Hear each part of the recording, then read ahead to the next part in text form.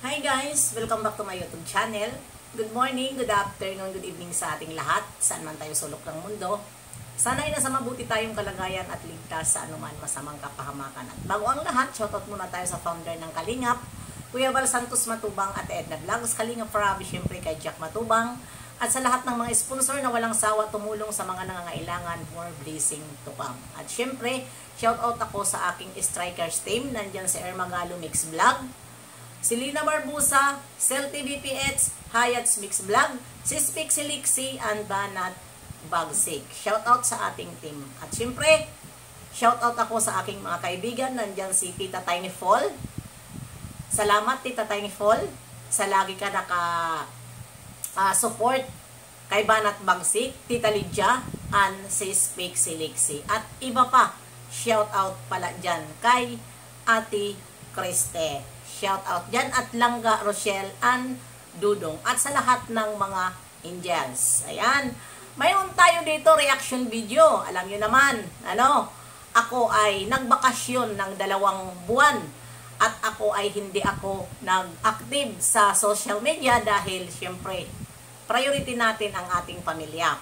At ngayon naman, ngayon na nakikita ko na may nakikita ako, ito naman siguro ay nakita nyo na, athlete na ako, at re-reactionan ko pa rin dahil hindi ko nagugustuhan ang kanyang comment dito. Kung nakikita nyo, andyan sa thumbnail ko ang kanyang pangalan at ang kanyang comment na ito ay isang sponsor ni Kalingap Ido, walang iba kundi si Ma'am Gina Pablo.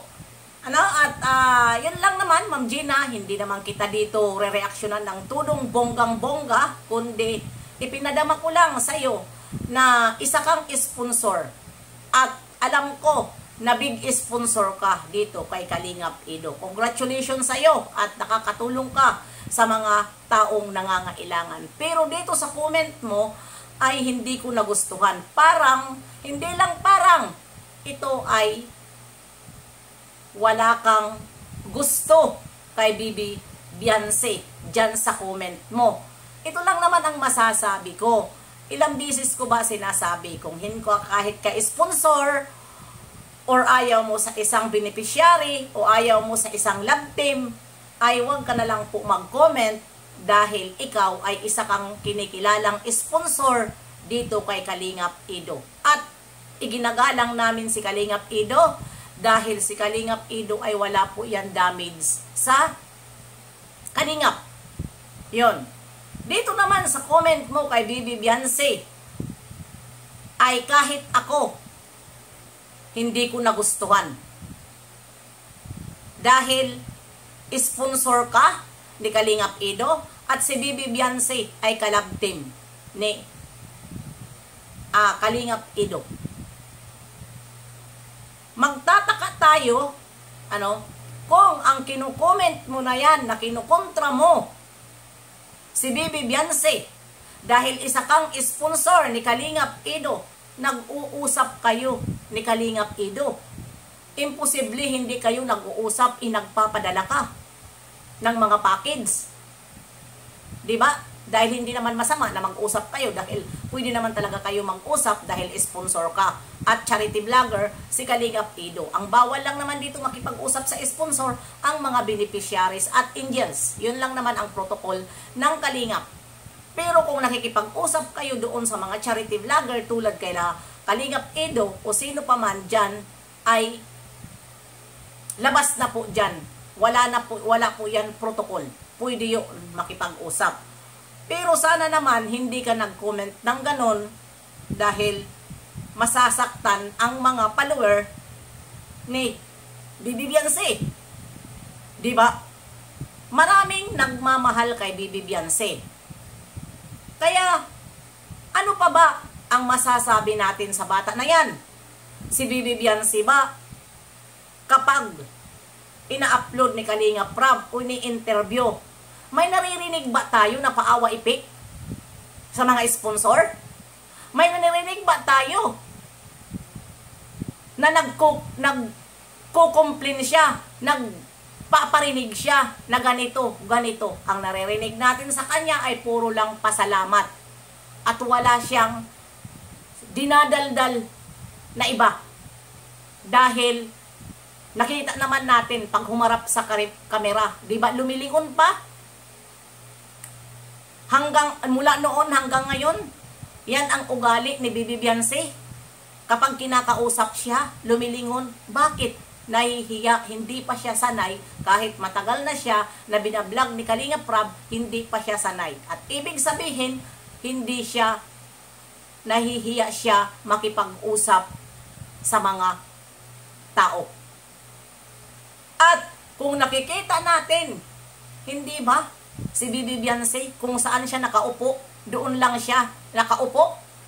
Hindi yung kung saan-saan ang puwit iuupo, hindi mapakali sa isang tabi. Di ba tapos ganun-ganunin niya lang? Ang bata, wag po. Masasaktan si Bibi Beyonce dahil sponsor ka ni Kalingap Ido. Wag mong, kung ayaw mo kay Bibi Beyonce, wag kang magpakita at wag ka na mag-comment. Silent ka. Kung ayaw mo mag-silent ka at wag mong ipakita sa mga nagmamahal kay Bibi Beyonce dahil mababas at mababas ka. Diba? Kung mayroon ka isang nagugustuhan na beneficiaries ni Kalingap Ido, di doon ka tumutok. Huwag kang mangialam sa love team ng Kalingap, love team ni Kalingap Ido, at tumutok ka sa mga adhikain ni Kalingap Ido. Tumutok ka. Kung ayaw mo kay Bibi Beyonce, huwag mo na lang sila pakialaman. At marami kaming nagmamahal kay Bibi Beyonce. Nakakasakit. Nakakasakit. Sa totoo lang. Masakit sa mga viewer. Kahit sino na mga angels. Kung sponsor kayo, tumahimik kayo. Suportahan nyo ang gusto nyong suportahan. Huwag na mag-comment. Dahil ika nga, big sponsor ka. Dahil kita mo naman, nung nagpadala ka, di ba? Ng package. May priority ka. Di ba? Pero, okay lang yon. Dahil, marami naman blessing si Bibi Beyonce. Kung, siguro ko, iniisip mo rin, na doon ang bibigyan mo ng marami, total, maraming blessing na libo-libo ang nagbibigay kay Bibi Beyonce. Kaya, wala na kami doon pakialam kung may priority ka, basta no comment ka. Di ba? No comment ka na lang para walang ingay. Kasi itong mga supporters ng Bibi Beyonce talaga mag-iingay. Kahit sino, supporters ng Carla, supporters ng Danjoy, supporters ng Langga, Rachel, hindi magpapatalo yan. Kasi may kanya-kanya silang manok. Di ba? Ganun talaga, may ipaglalaban. Kaya yun lang ang aking masasabi sa'yo, Ma'am Gina Pablo, ay, alam mo naman, ang pangalan na yan, o ang apelyido na yan, noon, di ba? Nasaan? Gina Pablo, nasaan? Yung una noon, na ang apelyido noon, nasaan ngayon? Di ba? Kaya, yun ang sinasabi ko. Di ba? Sa totoo lang, ang charity vlogger, yes, kailangan nila ang sponsor dahil nakakatulong sa mga nangangailangan. Pero kung sponsor lang naman,